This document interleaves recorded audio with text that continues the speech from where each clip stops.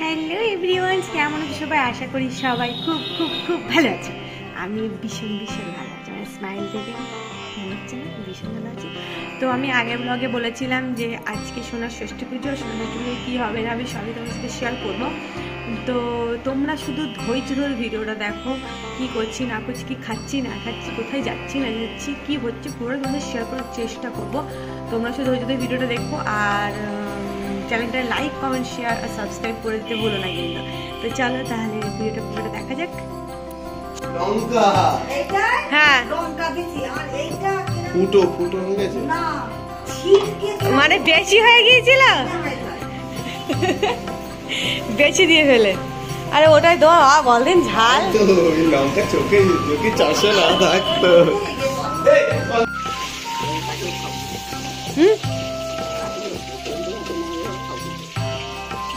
ও দাও দুটো দাও। এই চাটনি করে ফেলেছ? ওয়াও, ফুলকপি একসঙ্গে ভেজে নিই, নাও নাও। পনির দিয়ে দেবো। জল ছিল মনে হয়, ফুল।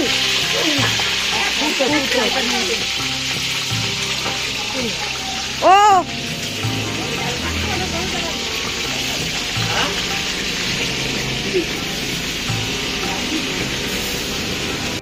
ঝাড় দিতে হচ্ছে, বাড়ির কাজের লোক বাড়িয়ে রেখেছে।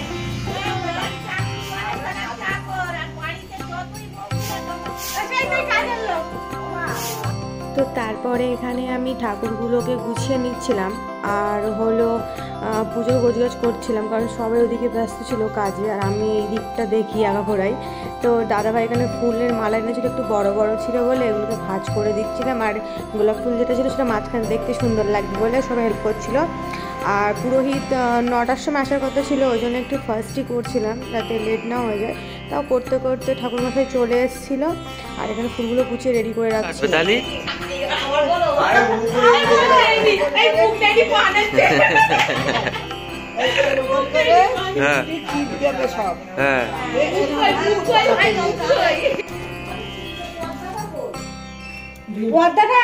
এই জায়গায় এই জায়গায় ও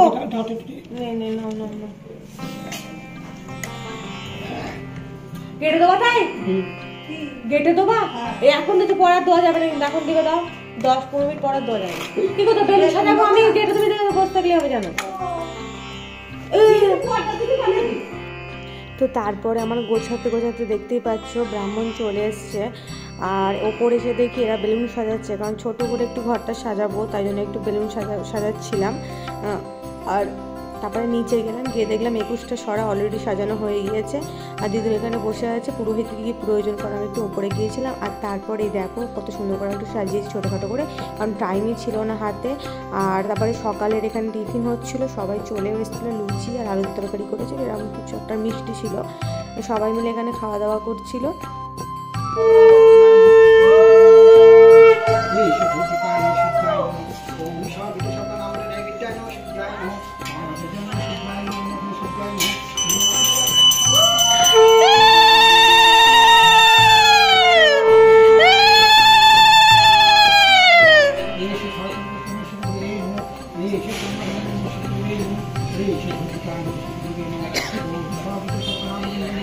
তো আমি ঝটপট করে রেডি হয়ে গিয়েছি আর এই জামাটা পরে আমার কেমন লাগছে একটু কমেন্ট করে বলো।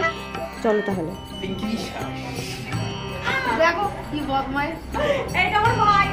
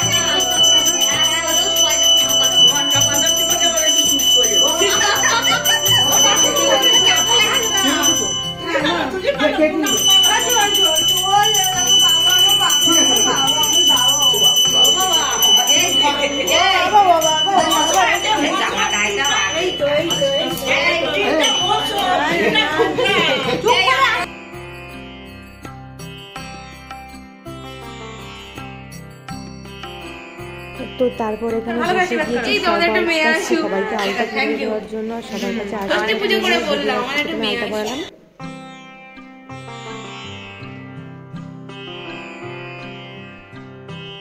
তারপরে মামনির পালা, মামনিকে আলতা পরিয়ে নিচ্ছে, বলছে আমাকে অনেক অনেক আশীর্বাদ করো।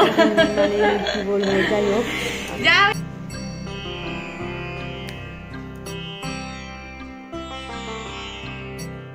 তো তারপরে আমি কাকুনিকে বললাম, কাকিমণি তুমি চলে এসে তোমাকে একটু আলতা পরিয়ে দিই। কাকিমণি যদিও করতে চাইছো না, তাও আমি একটু আলতা পরিয়ে দিলাম। তারপরে যে স্মৃতি থেকে যাবে সারা জীবন, আর কিছু না, ভালোবাসা সারা জীবনই থাকে। তুমি আমার কাছে আসবা। আর তোমার না সত্যি ঠাকুর তোমার ভালো করো।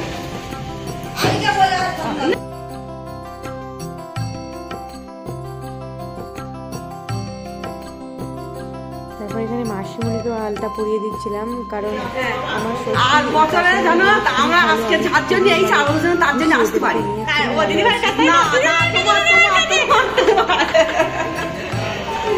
এই এইখানে বসে বসে ইনি কুটনীতি করছে,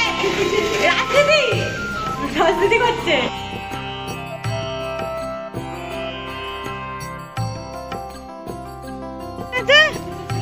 সব লোকগুলোকে কই মাংস গালে পড়ে দিলে?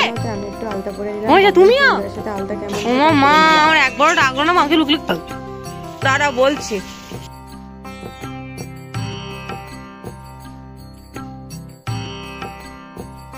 তারপর দেখতে পাচ্ছ এখানে বাবা আর মা চলে এসছে, কারণ অনেকটা লেট হয়েছিল, তার জন্য অনেকটা বোকা শুনছিল মামনির কাছে যে এখনো আসছে না, কি করছে, হ্যান ত্যান। তো ফাইনালি ঘরে যাও, আর আমি মানে মুক্তি পাই, যে আপনাদের শুনতে আমার কম করে হয়।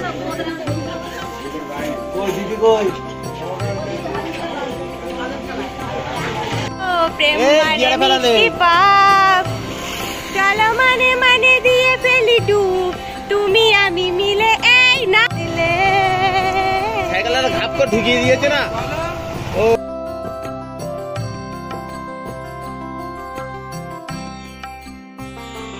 তো তারপর এখানে একটু গহনার দোকানে চলে গিয়েছিলাম কিছু জিনিস কিনতে, শোনার জন্য। ভাই দেবে, আমি না। তো ওই জন্য আমি কাজের ফাঁকে একটুখানি বেরিয়ে গিয়েছিলাম ওর ভাইয়ের সাথে, আর অনির সাথেও গিয়েছিলাম। আর এখানে ছোটো একটা বেবিবালা নেওয়া হয়েছে শোনার জন্য, ওটা ভাই সোনাকে গিফট করেছে। কেমন হয়েছে বলো? আর তো তারপরে এখানে টেবিল সাজানো হচ্ছিলো, খুব বেশি লোক বলা হয়নি, ওই জন্য সব নিজেরাই করছিল। সবাই মিলে টেবিলটি গুছিয়ে নিচ্ছিলো, কারণ লোকজন অলরেডি বেলা হয়ে যাচ্ছে। লোকজন পরে এখানে মিশু কি করছে দেখো, মানে দরজায় মানে গেটের ওখানে পর্দা দিয়ে লোকে দেখতে না পায়, আসতে না পারে। আর তারপরে এখানে খাওয়া দাওয়া ডাল, সবজি, ডাল, বেগুনি, মাংস, মাছের ঝোল, চাটনি, পাঁপড়, মিষ্টি, অনেক কিছু ছিল। আর আমার জন্য এখানে সবজি, ডাল, বেগুনি, মানে আরও পনিরের তরকারি ছিল, চাটনি ছিল, পাঁপড় ছিল, মিষ্টি ছিল। আমি এগুলো খাবো না বলে এগুলো করেছি। আমার জন্য অনেক কিছু ছিল নিরামিষ, আমাদের বাড়ি অনুষ্ঠান হলে হয়, এটা হতেই থাকে, ওটা নতুন কথা না। তারপরে এখানে রেডি হয়ে গিয়ে সন্ধ্যাবেলা বোরিং ফিল হচ্ছিল বলে তারপরে ননদ, আমার ভাই, আমার দেওর, অনি, জামাইবাবু সবাই মিলে একটু মেলায় গিয়েছিলাম। এটা হলো মুড়িচাকের মেলা, আর আমরা খুবই এনজয় করলাম সারাদিন। কী করলাম তো শেয়ার করলাম। যদি ভিডিওটা ভালো লাগে তাহলে লাইক করে দিয়ে দেখা হচ্ছে পরের ব্লগে। টাটা সবাইকে।